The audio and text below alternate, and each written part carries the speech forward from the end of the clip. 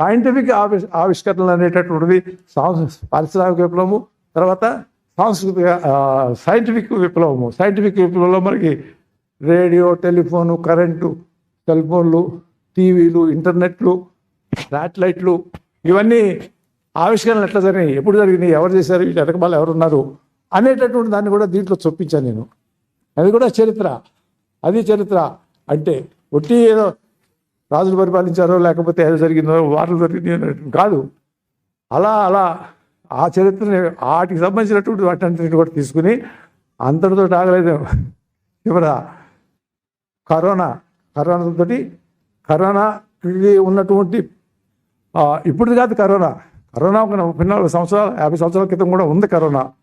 అది ఎలా జనించింది, దానికి సంబంధించినటువంటి ఆవిష్కరణలు ఏంటి, దానికి సంబంధించిన ఇన్వెస్టిగేషన్స్ ఏంటి, దానికి పెట్టిన వ్యాక్సిన్స్ ఏంటి, అది చెబుతూ ఎక్కడితో ఆకుండా నాకు అనిపించింది ఇంకొక చాప్టర్ పెడితే బాగుంటుంది. ఇది మనకి ఉందా లేదా అనే కంటే ఎవరెవరు చెబుతున్నారు అని చెప్పి చూస్తే భవిష్యత్ దర్శిని అంటే ఏంటి, రాబోయే కాలంలో ఏం జరగబోతూ ఉంది, రాబోయేటువంటి ఆర్టిఫిషియల్ ఇంటెలిజెన్స్ అంటున్నాం. అలానే మనం ఇంకేం చెప్తున్నాం, మనకి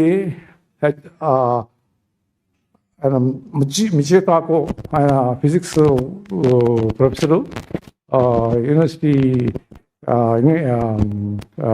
అమెరికాలో, ఆయన చెప్తాడు రాబోయే రోజుల్లో మనం ఒక చిప్ని కంటిలో పెడతారంట. ఆ చిప్పు ఇట్లా అంటే మన పుస్తకం చదవక్కల, పుస్తకం అంతా చదివేస్తుంది.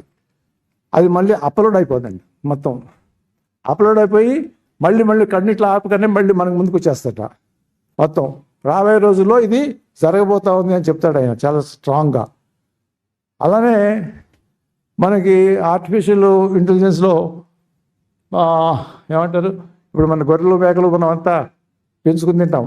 రేపు అవసరం లేదు, ఒక సెల్లు 2 సెల్లు తీసుకెళ్ళి ల్యాబొరేటరీలో పెట్టేసేసి గొర్రెలు పెంచుతారంట, గొర్రెలు పెంచుతారంట.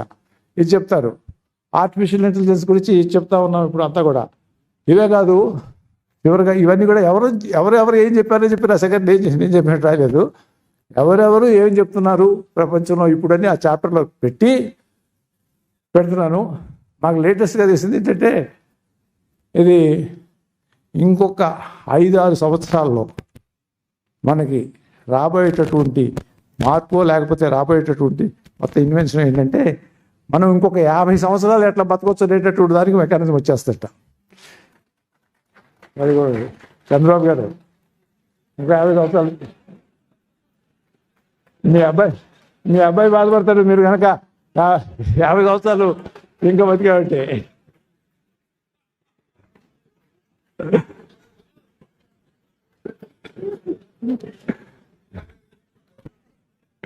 సో అదంట. ఇంకా ఇంకొకటి ఉంది, మన బ్రెయిన్లో కొన్ని కోట్ల న్యూరాన్స్ ఉన్నాయి. ఈ న్యూరాన్స్ ఇవన్నీ కూడా మనం చేసేటటువంటివి, మనం మాట్లాడుకునేటటువంటివి, మనం చదువుకునేటటువంటివి అన్నీ నిక్షిప్తం చేసుకుంటూ ఉంటాయి. ఈ బ్రెయిన్ని రాబోయే రోజుల్లో మన నెక్స్ట్ జనరేషన్, మన పిల్లాడికి మనం దేహం వదిలేస్తూ మనం ఈ మొత్తాన్ని అతనికి ట్రాన్స్ఫర్ చేయొచ్చంట. ఇది జరగబోతుందని చెప్పి నాకు ఈ పుస్తకం రాసినప్పుడు తెలియదు. తర్వాత మళ్ళీ ఇంకా ఏమి ఇన్వెషన్స్ రాబోతున్నాయి అని చెప్పి చూస్తూ ఉంటే నాకు తెలిసినటువంటి వ్యవహారం ఇది. కాబట్టి రెడీగా ఉండండి. ఇంకొక 5-6 సంవత్సరాలు కనుక బతికే అంటే మాట్లాడము, మళ్ళీ ఇంకొక 50 సంవత్సరాలకు ప్లాన్ చేయొచ్చు. వాట్ ఎవర్ ఇట్ ఈస్, చాలా సంతోషం. నాకు తృప్తిగా ఉంది. ఇవాళ 4 పుస్తకాల గురించి చెప్పుకున్నాను. నేను 30 సంవత్సరాల తర్వాత వేదికెక్కినా మంచి ఉపన్యాసం చేశానని చెప్పి నేను అనుకుంటున్నాను.